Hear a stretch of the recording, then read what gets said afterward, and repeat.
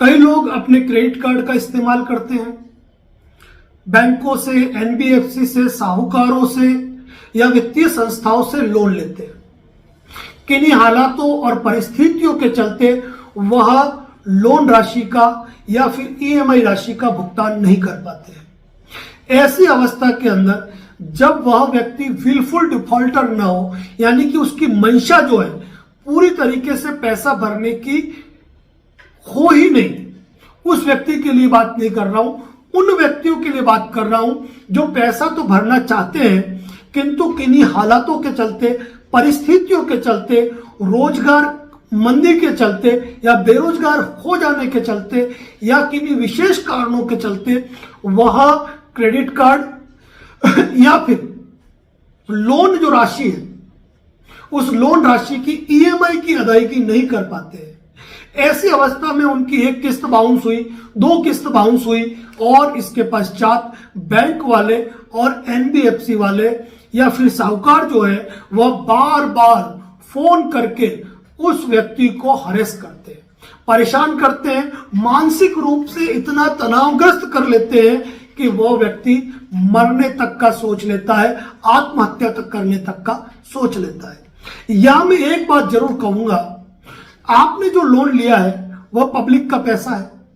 यदि आपने लोन लिया है तो आपको आज नहीं तो कल भरना है। आप यह बिल्कुल न सोचें कि आप कर्जे से मुक्त हो जाएंगे, आपका लोन फ्री हो जाएगा, आपको पैसा भरना ही नहीं है। ऐसी सोच से दूर रहे। लेकिन ऐसी स्थिति में जब आप राशि भरने में सक्षम नहीं हो और बैंक के रिकवरी एजेंट्स आकर वसूली का प्रयास करते हैं, यहां पर मैं एक बात और कहूंगा, जो रिकवरी एजेंट्स होते हैं यदि वो मर्यादित तरीके से बात कर रहे हैं, कानूनी तरीके से आपसे बातचीत कर रहे हैं, आपको अभद्र भाषा, गाली गलौज में बात नहीं कर रहे हैं, तो आप ये भी समझिए कि उनकी नौकरी है,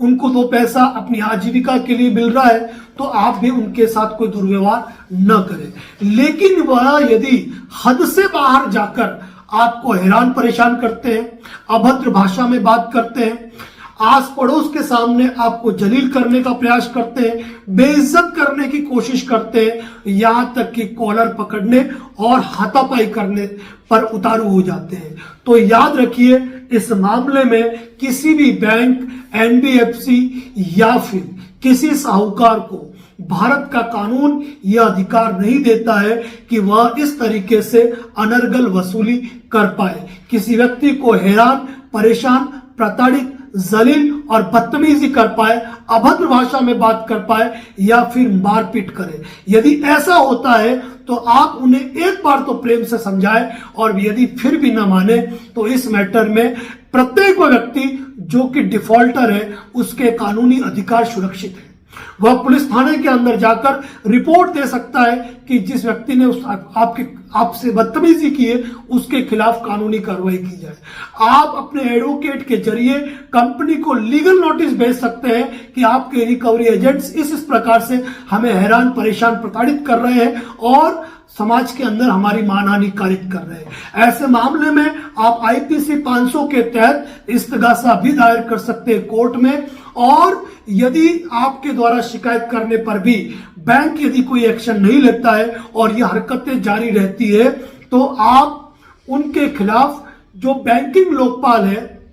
उनको भी आप कंप्लेंट फाइल कर सकते हैं कि इस प्रकार की बदतमीजी की जा रही है और मैं फिलहाल लोन राशि भरने में असमर्थ हूं इतने समय तक। यहां पर हम आपको ये सजेशन बिल्कुल न देंगे कि आपका लोन माफ हो जाएगा, पैसा तो लिया है, आज नहीं तो कल भरना है। और यदि आप लोन राशि का भुगतान नहीं कर पा रहे हैं तो आपको ऐसी स्थिति में अपने हालातों का जिक्र करते हुए किसी ऐसे एक्सपर्ट एडवोकेट से जो कि इन चीजों का जानकार हो, आप एक लीगल नोटिस कंपनी को भेज सकते हैं, बैंक को भेज सकते हैं, आपके डिफेंस के लिए बहुत ही जरूरी है। लेकिन कोई रिकवरी एजेंट्स यदि अभद्रता से बात करता है तो आप उसके खिलाफ रिपोर्ट दर्ज करा सकते हैं। पुलिस यदि आपकी रिपोर्ट पे नहीं सुनेगी, आप पुलिस उच्चाधिकारी को कंप्लेंट कर सकते हैं और वो भी यदि आपकी बात को नहीं सुनते हैं तो कोर्ट के दरवाजे तो आपके लिए खुले हैं जहां पर आप कार्रवाई कर सकते हैं। तो कोई भी रिकवरी एजेंट यदि बदतमीजी करता है, गुंडागर्दी करता है, फोन पे धमकाता है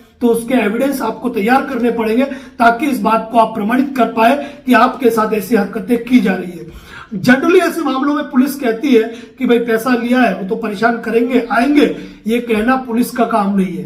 पुलिस ये ऐसा कह के अपने कर्तव्यों को पूरा करने से नहीं बच सकती। उनकी ड्यूटी है समाज में शांति व्यवस्था बनाए रखने की। अगर कोई व्यक्ति ऐसा एक्ट करता है तो पुलिस का काम है कि उन्हें पाबंद फरमाए ताकि भविष्य में इस प्रकार के कोई एक्ट कारित नहीं हो। इसी प्रकार के अपडेट हमारे सोशल मीडिया प्लेटफॉर्म पे दिए जाते हैं। यदि आपने अब तक हमारे चैनल को सब्सक्राइब या फॉलो नहीं किया है तो जरूर करें। धन्यवाद। जय हिंद, जय भारत, जय मेवाड़।